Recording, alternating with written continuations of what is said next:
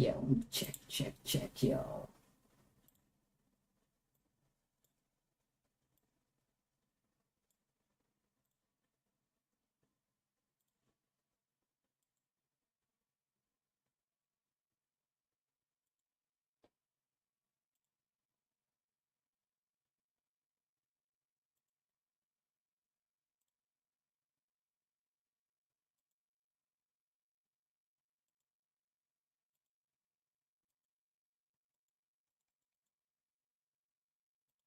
Hello. Sorry. Hi, Kapsya. Good morning. Yeah, good morning. Check natin to. Gusto ko lang i-live stream tong Saddam from First State. I know siguro late na to. Hindi naman siguro masyadong late. Hindi pa naman siguro masyadong late para magkaroon tayo ng video reaction. Etong First State Dam by SB19. Hello. Ay, thank you for the membership, Kapsya. Alikaba, hello. Welcome. Good morning dito sa Pilipinas. At yung mga nasa ibang bansa, good afternoon and good evening. So, let's sabay-sabay nating panoorin yung first state ng dam. I know some of you napanood na tong dam, but this is my first time na panoorin sila.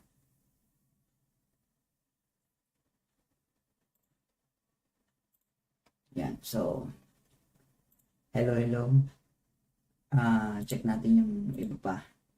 Hi, Caps Mayumi. Good morning. Ang goal po, 1 million within 24 hours, Caps. Yes! So, kaya that is why dito ako sa First Take in SB19 Official. So, dalawang channel ang nag-combine dito, no? Dalawang channel yung nag-combine para sa video na to, man, which is nakaka-proud talagang SB19 when it comes sa mga collaboration nila, man. I'm so thankful din na personally hindi na ako nakaalis sa wormhole ng SB19, no? Yung mga madalas kong pinapakinggan dito is yung madalas rap and metal eh. So ginagawa ko na lang na background yung ganong genre sa akin. Kumbaga pag may ginagawa ako, so madalas yung genre na pinapakinggan ko dati. Pero when it comes sa pagdating sa mainstream, I think masasabi ko na talagang si SB19 ang nagpapalaging sorpresa sa akin. Sabihin natin gano'n. Si SB19 madalas surprise sa akin, Estel, yung 5 na yun. So, yep. First time ko. So, pasensya na. Ilalagyan ko siya ng text for copyright, no? I think, I know, naintindihan niyo yun kasi alam naman natin na may bit si Tito YT pagdating sa ganito. So, yeah, check na natin yan. So, hello. Good morning and welcome sa ating 14 viewers. This is live. October 21. So, sabay-sabay natin siyang panoorin. No? Hello. Welcome sa lahat. Caps Cha, thank you for the membership. Caps Mayumi, hello. Caps Lenny, binabati ko kayong lahat. Caps Lenny, Caps Krista, Caps Yakon, first time manood ng live mo at ngayon lang makapag-subscribe. Yes, thank you, Caps Krista. No? So, since na kami ngayon, online yung lesson namin ngayon for this day. So sabi ko, naisipan ko nga na magkaroon ng live reaction sa SB19, first take nila ng dam. Napanood ko na yung kanta nilang Gento at saka yung Mapa. Man, sobrang solid yung performance nila sa Mapa and the Gento sa first take nila. So, yeah. Wala na akong ibang aasahan pa na kumbaga expected ko na ibibigay ng SB19 ang kanilang best sa performance nilang dam dito. So, what more can I say, man? Diba? Pero syempre, mga Caps, hihimayin ko, no? Hihimayin ko. So, disclaimer, hihimayin ko kung ano yung makita ko sa performance since na alam ko na rin naman yung kanilang capability, yung lyrics na breakdown ko na yan from my previous video reaction. So, dito ko titingnan. Syempre, alam naman natin ang SB19 pagdating sa stage presence, top notch yun. Wala na tayong pwede pang pag-usapan doon. Top notch. And then, syempre, mag-address tayo ng mga something na nag-aano ngayon. So, check natin yon. Pero syempre, bago ang lahat, welcome sa ating live stream for this morning. So, I think mga 2 hours tayo ngayon, no? So, 2 hours tayo. Pakikinggan natin. Then, after that, papanoorin ko din yung interview ni Merlay kay Philip. So, papanoorin natin yon. So, check natin yun mamaya after nitong dam. Pero syempre, welcome. Kung bago ka dito, Caps, subscribe. So, let's go. Pakinggan na natin to, man. Pakinggan na natin to. I'm proud na naglabas ulit ng ganitong project si SB9. So, let's go.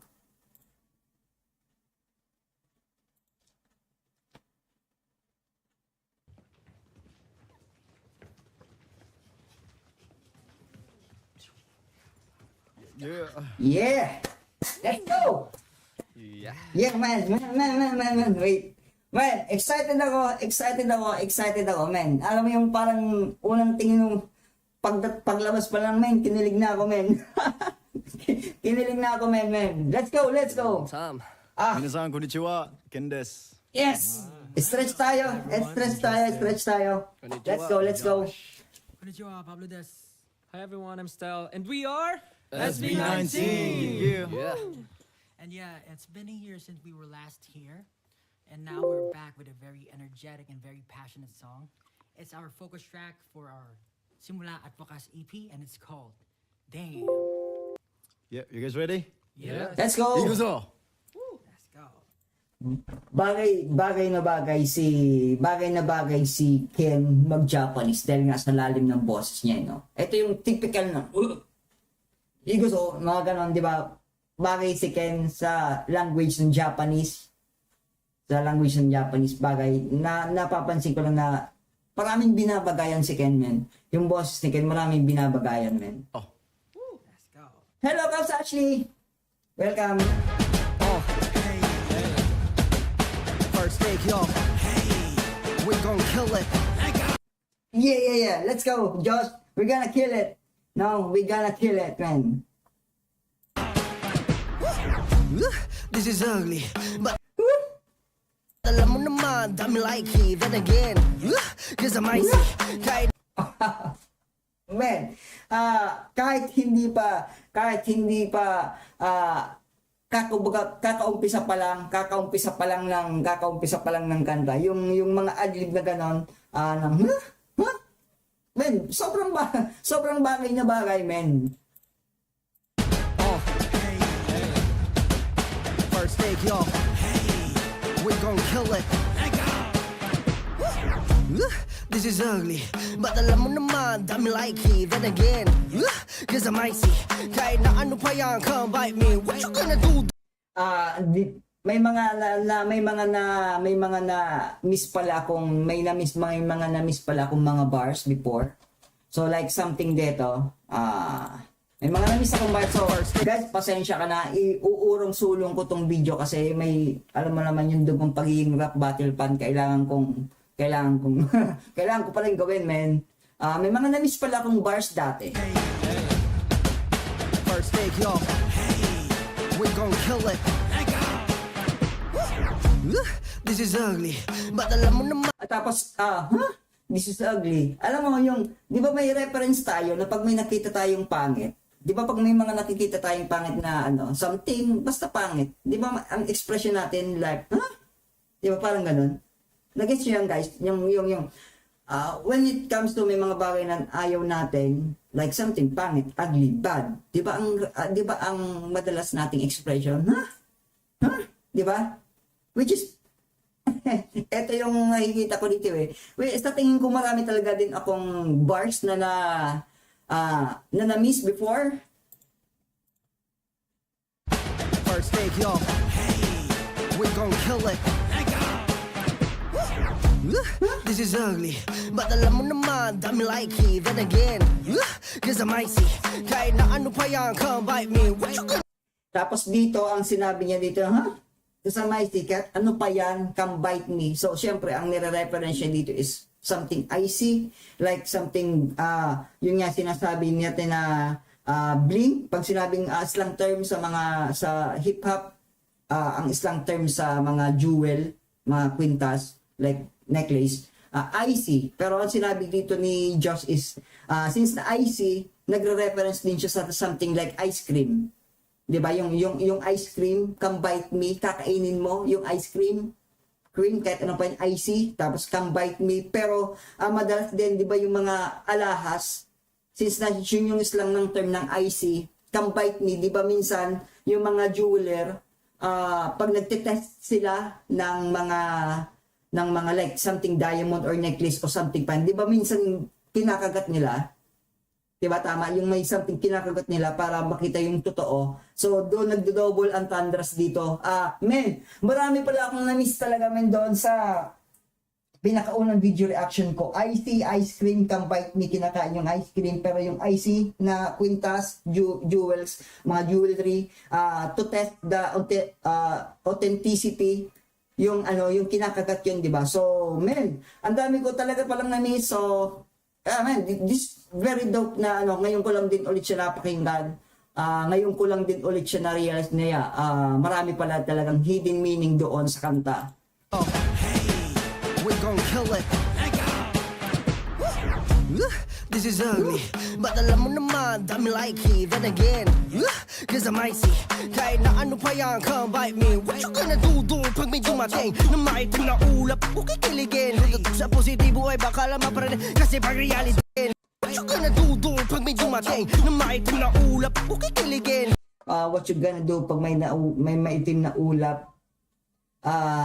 Pag may maitim na ulap, which is syempre pag may maitim na ulap, uulan, pag nabasa ka, kikiligin, lalamigin. sa positibo ay baka lang maparin. Kasi pag realidad na ang harang, agad nagising. Anong pakiramdam? Pumanik sa walang hanggang hagdan. Di ba sa badam-dam? Oh man, yung boss ni Ken, bro, satisfying para sa akin, lalo't yung mga lyrics niya, yung sinasabi ko nga kanina, yung parang Japanese, bagay siya sa boses ni Japanese, man. Gusto kong makita si Ken na may Japanese version nito, no? Pakiramdam, pumanik sa walang hanggang hagdan. Di ba sa badam-dam ang katapusan? Walang hanggang baitang, tapos sinundan, pumanik sa walang hanggang hagdan, pumanik siya doon. Di pa sa padamdam ang katapusan, kasi nga wala kang katapusan dahil nga doon sa walang hanggang baitang, no? Isipin mo yung lakad ka lang ng lakad paakit ng baitang. Isipin mo yung di pa sa padamdam, ewan ko lang kung di ka habuli ng hininga mo. Dito, sa kidibol, lahat dinibol. Kahit hindi man nag-doubt na di ko Kaya tagusan. Tag ko ng kamalasan ay nag-aabang. Kita ba sa aking mga mata mga bagay na hindi mo nakikita? Ang kaluwakan pag ako'y nangarap, kasukdulan may di patitina. Man, as I've always said, man, sistel, man. I can't get over talaga sa boses ni Stel pagdating sa ganyan simpleng sa simpleng tonality ng kanta.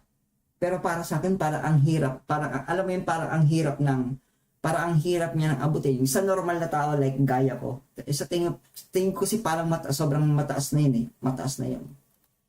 Kaya Mga bagay na hindi mo nakikita. Ang kaluwakan pag ako'y nangarap, kasukdulan may di patitina. Heto na bunga ng mga hirap. Bago ko pakawalan sa katanungan, pakiramdam. Bakit ba nagkaganto? God, Ramdam ko yung gigil ng SB19 dito, men.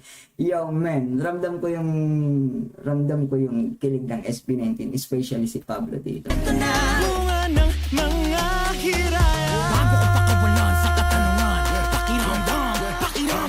Bakit ba nagkaganto? Ang daming tukso. Bawat hakbang lagi may gulo. Pagkamalas, bakit ba? Laging hakbang. Bakit ba parang laging ganito pagkamalas? Syempre, minsan kasi talaga sa takbo ng buhay mo, hindi mo maiwasan yan.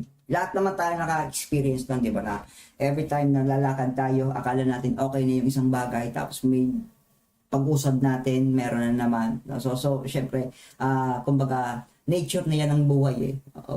Nature na yan ng mga buhay natin. So, normal yon. Ang tanong na lang doon, no? Ang tanong na lang doon, kung paano ba natin ma-accommodate yung ganong pressure, yung ganong malas na yun. So, nasa sa atin na yun. Pakiramdam. Bakit ba nagkaganto?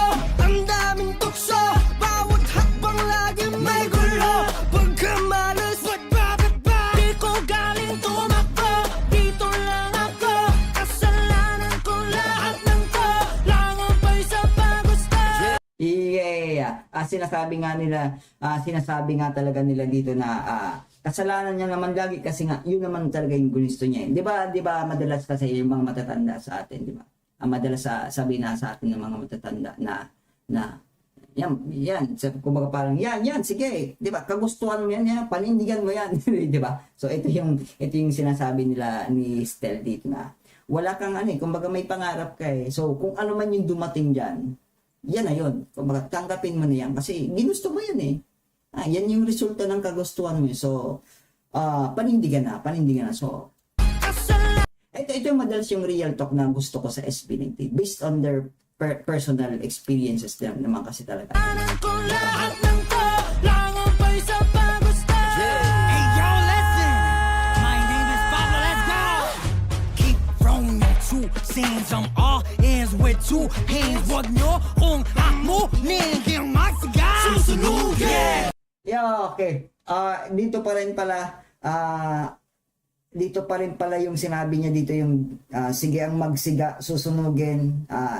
Yung double entendre siyempre yung magsiga, yung magsunog ka ng basura, siga. Siyempre automatic yung sunugin, pero yung siyempre yung magsuga, sige magsiga, magangas ka, magmatapang ka, kundi masusunog ka talaga, men. So, Life's a bliss cause I'm the great, the best. Pessimist and y'all cannot contest. Races don't excite me, not the famous. Got the bomb but this ever oh my had. God, man.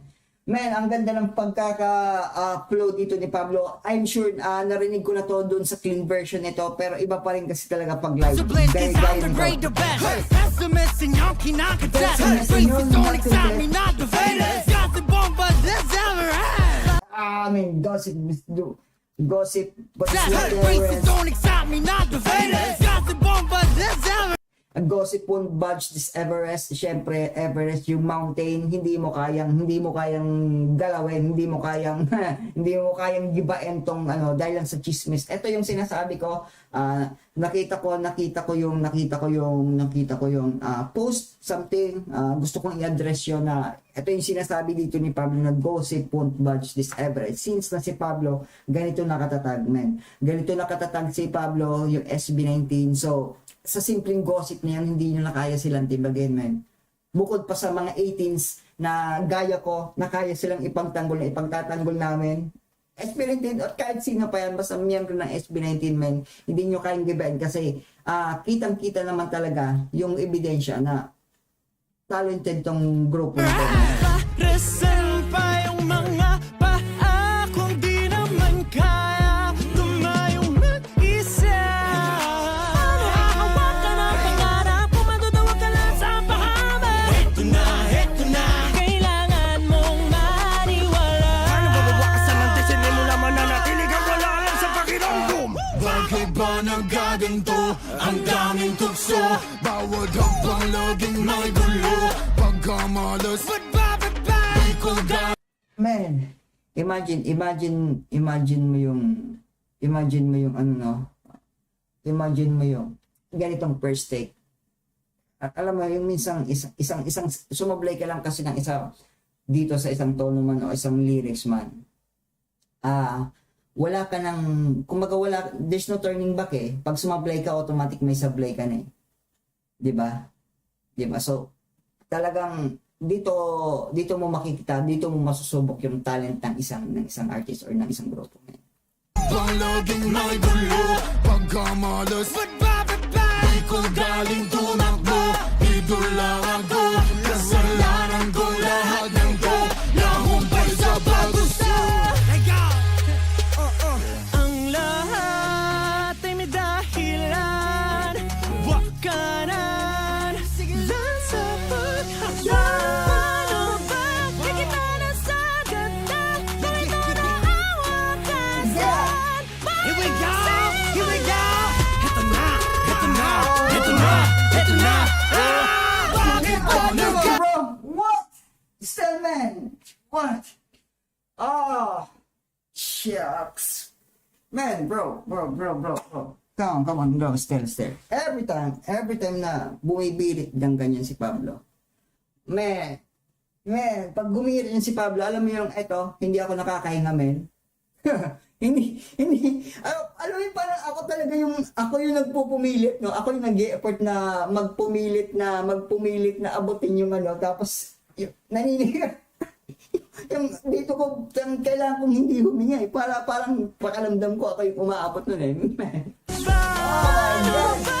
Nakita na sa ganda, nakita na ang wakasan.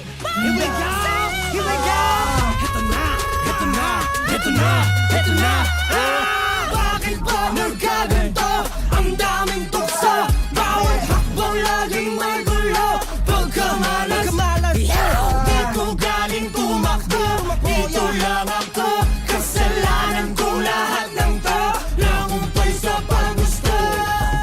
Anong pakiramdam? Shucks, man.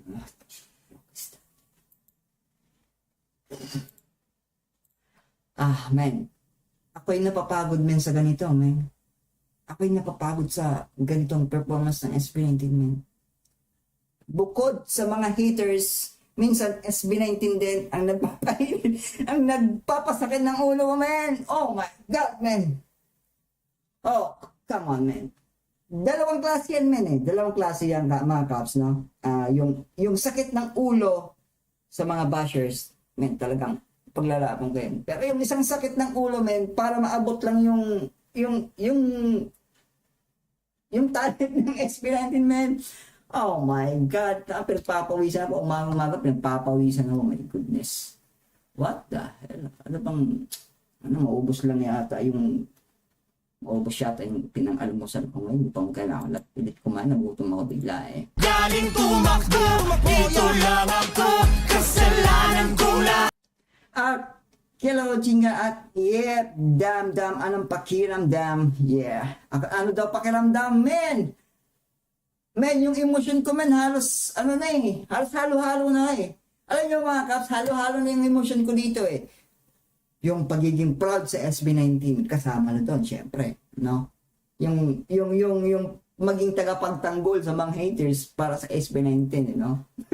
Ando na yun. Yung sakit ng ulo para abutin lang yung high notes yung high voice ni Stelmet. Ando na yun, pati yung buong katawan ko naninigas yung buong katawan ko. Every time si Stel maggaganto eh, yung magbibirit siya eh. Oh my God. Lahat, ewan ko, halo-halo na. Pero yung halo-halo na hindi masarap eh.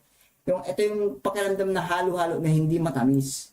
Ang daming tukso, bawat hakbang laging may gulo. Pagkamalas, di ko galing tumakbo, dito lang ako. Kasalanan ko lahat ng to, nangumpay sa paggusto. Anong pakiramdam? Paano wakasan ang di sinimulan? Yeah. Si Justin, man. Ito. Ang pogi ni Justin, man. Ito, man. Tingnan mo.